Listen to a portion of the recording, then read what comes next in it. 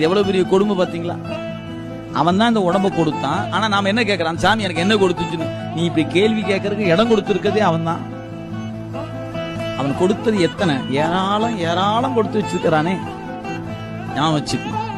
என்னைக்கு உங்க அறிவு வெளிப்பட்டு, உங்க இச்சை வெளிப்பட்டு, உங்க ஞானம் வெளிப்பட்டு நின்று இது எல்லாம் இறைவன் தந்தது, இது எல்லாம் இறைவன் தந்தது என்று சரணாகதி அடைகிறீர்களோ அன்னைக்கு வரைக்கும் செத்து செத்து பிறக்கும்.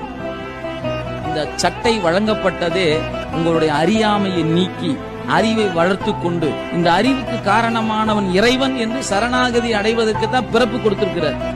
நாம என்ன நினைச்சிட்டு இருக்கிறோம்? பிறந்த பிறப்பு பிசினஸ் பண்றதுக்காகத்தான், நல்ல தொழில் பண்ணணும், நல்ல சம்பாதிக்கணும். அப்படினாலதான் இன்னும் அல்லல் பட்டு கொண்டே இருக்கும். நீங்க எப்ப நான்கிற நினைப்ப கலட்டி போடுறீங்களோ அன்னைக்கு நீங்க இறைவன் திருவடிக்கு உரியவராக ஆகிவிடுவீர்கள். வாய்க்கணும். அதுக்கு